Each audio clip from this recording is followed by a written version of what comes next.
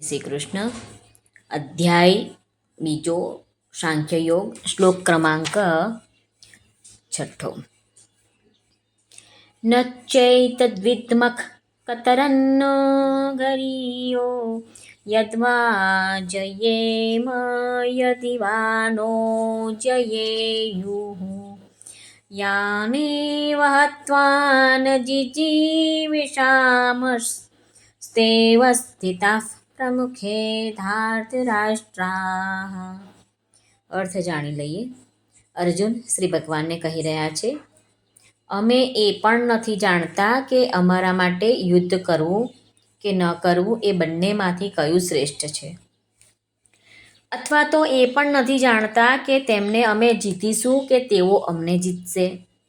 જેમને હણીને અમે જીવવા પણ માંગતા નથી, તે જ અમારા આત્મીય ધૃતરાષ્ટ્રના પુત્રો અમારી સામે યુદ્ધ માટે ઊભા છે. ભગવાનના વચનોમાં એવી વિલક્ષણતા છે કે તે અર્જુનની અંદર પોતાનો પ્રભાવ પાડતા જાય છે, જેથી અર્જુનને પોતાના યુદ્ધ નહીં કરવું એવા નિર્ણય અંગે અધિક સંદેહ થતો જઈ રહ્યો છે.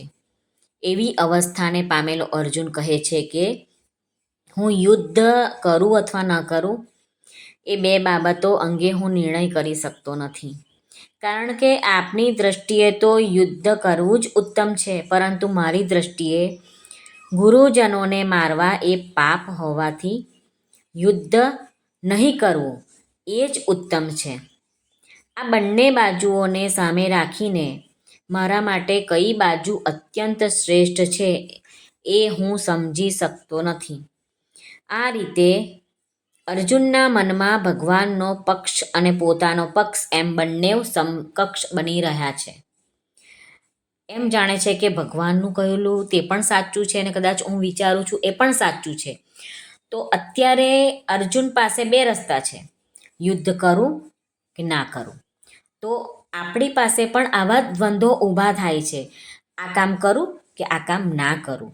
જ્યારે દ્વંદ્વો ઊભા થાય ત્યારે આપણે શાસ્ત્રો ખોલવા જોઈએ અને એની મર્યાદાની અંદર રહીને નિર્ણય કરવા જોઈએ.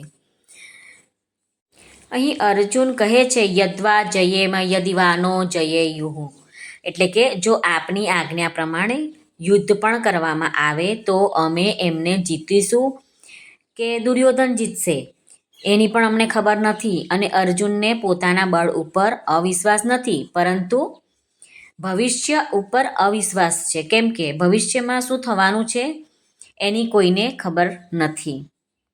આગળ છે અર્જુનનું કહેવાનું કે યાનેવ હત્વા ન જીજીવિષામસ, એટલે કે અમે તો કુટુંબીઓને મારીને જીવવાની પણ ઈચ્છા રાખતા નથી.